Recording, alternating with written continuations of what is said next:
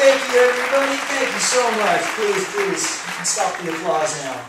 Hello, and welcome to this episode of the Caldera Report. Today we'll be discussing a supervolcano located in the Sierra Nevada mountain range called the Long Valley Caldera. You will be learning about the history and geology of the Glass Mountain eruption, formations like Mammoth Mountain, the hazards of CO2 emissions, significance of geothermal power, and a math concept. Nobody likes a math concept. But first, we're going to go to a message from one of our sponsors. Rhyolite, a high-viscosity delight. Several million years ago, magma began collecting miles below the surface. Volcanic activity became concentrated in the vicinity of the present site of the Long Valley Caldera, 3.1 to 2.5 million years ago, with eruptions of rhyodacite followed by high silica rhyolite from 2.1 to 0.8 million years ago. Rhyolite is the cousin to obsidian. Who would have thunk? With the chemical equivalent of granite. Containing 70% silica, it was a high viscosity, which means the lava was slow and thick. It was also more explosive. These rocks are found in prehistoric quarry sites. An example of one of these sites is King's Quarry, which is located in Pennsylvania. Coming to stores near you. Rhyolite, it's a delight. Thank you for tuning back in. Now we're going to go to formations and experiments with Alex. These experiments will demonstrate how a caldera is formed. A caldera is a large basin-shaped crater at the top of a volcano, formed by the collapse or explosion of the cone. The Long Valley Caldera was formed by the eruption of Glass Mountain. The first experiment demonstrates the shape of a caldera after the eruption of a magma chamber. Be advised, this is in no way realistic.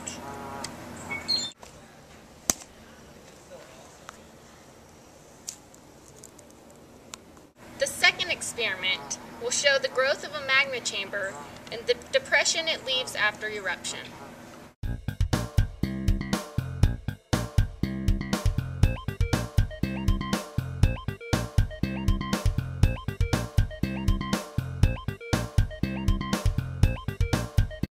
Formations within the Long Valley Caldera.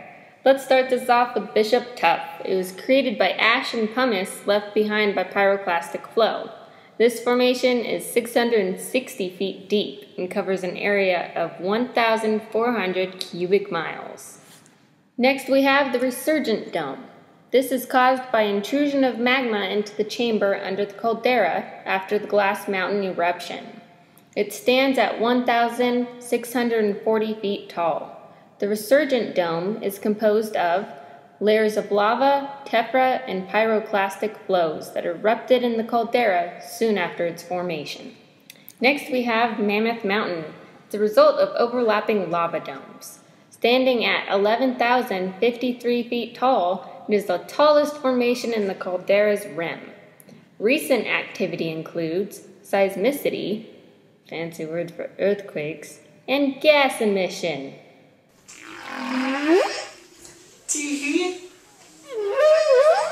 Not that kind of gas. CO2. Hot Creek is a cluster of hot springs on the lower reach of Mammoth Creek.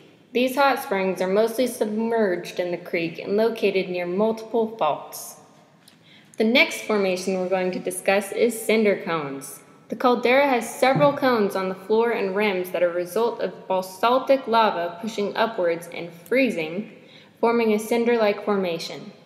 Cinder cones can range in age from 8,500 years to 228,000 years old. Casa Diablo Hot Springs is an important source of thermal energy in the Long Valley region. There are 3 binary cycle generators built within wells reaching 650 feet deep, pulling up 170-degree water. This produces 45 megawatts of electricity. That was very insightful, Alex. Thank you for that. Now we're going to go back to Brianna to discuss the hazards. Since this is the site of an active volcano, it is truly important to be aware of the possible hazards. Lava flow is the main threat. It's intensely hot, fast-moving pyroclastic flows and surges. Pyroclastic flow is ground flow of hot ash, pumice, rock fragments, and volcanic gas that rushes down a volcano as fast as 62 miles per hour or more can be hotter than 932 degrees Fahrenheit. The pathway is predictable because lava flow moves downhill and with the topography. Lava flow in the Long Valley can be basalt lava or rhyolite lava and relatively fluid. Basalt lava is thin and flows up to distances of more than 30 miles from origination. Rhyolite is a thick, short flow that usually doesn't move as far as 3 miles from origination. This is mainly responsible for lava domes. Danger areas include anything with 15 kilometers from an eruption site and depends on the location and topography of the vent. Flows from Mammoth Mountain could flow farther due to the steep incline and can move across low-lying areas with its built-up speed. Lava domes are created by short rhyolite flows. Main hazards with this formation is the pyroclastic flows and rock fragments thrown by explosions. These can reach 5 to 10 kilometers away. These lava domes are steep and unstable. Sometimes they collapse and make pyroclastic flows that can move at least 5 kilometers from the dome. Mammoth Mountain was created by overlapping lava domes. Gas monitoring. Gases are a key ingredient in the driving forces that causes most volcanic eruptions. Go figure. Volcanic gases are found in magma, but as the magma rises to the surface and pressure decreases, the gases can release from the liquid. The two most commonly monitored are CO2, which is carbon dioxide, and SO2, which is sulfur dioxide. Monitoring volcanic gas such as carbon dioxide may show the movement of magma through the volcanic system. In 1988 and 1989, large amounts of CO2 were found near the edge of Long Valley caldera at Mammoth Mountain. This coincided with a swarm of earthquakes. This particular gas charge has been responsible for a huge vegetation kill-off in the Horseshoe Lake area. CO2 is harmful to most living beings. Air with 5% CO2 causes increased respiration. 6 to 10% CO2 results in shortness of breath, headaches, dizziness, sweating, and general restlessness. 10 to 15% causes impaired coordination and abrupt muscle contractions. 20 to 30% causes loss of consciousness and convulsions. Anything over 30% can cause death. Volcanic ash and pumice. In a typical explosion, tephra builds up near the vent tens of meters thick.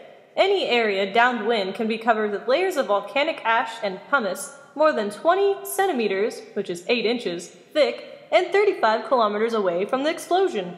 Pumice is a highly vascular ejecta, any matter spewed from a volcano, typically silica in composition.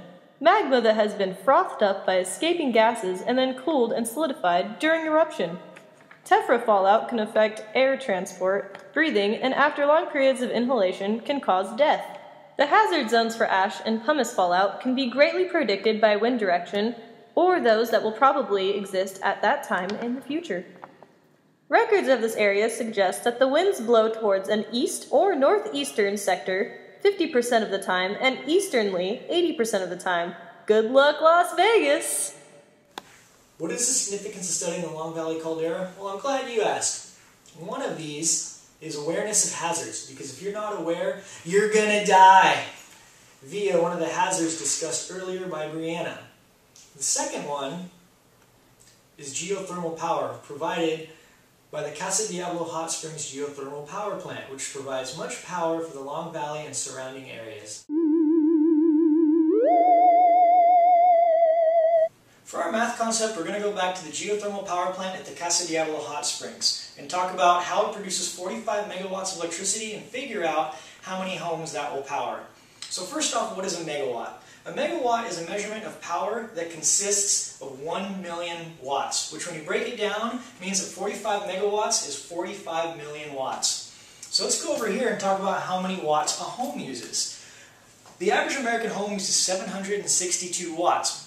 So to figure this out, we're going to take our 45 million and divide it by 762, and that gives us 59,055, which is the number of homes that the Casa Diablo Hot Springs will power.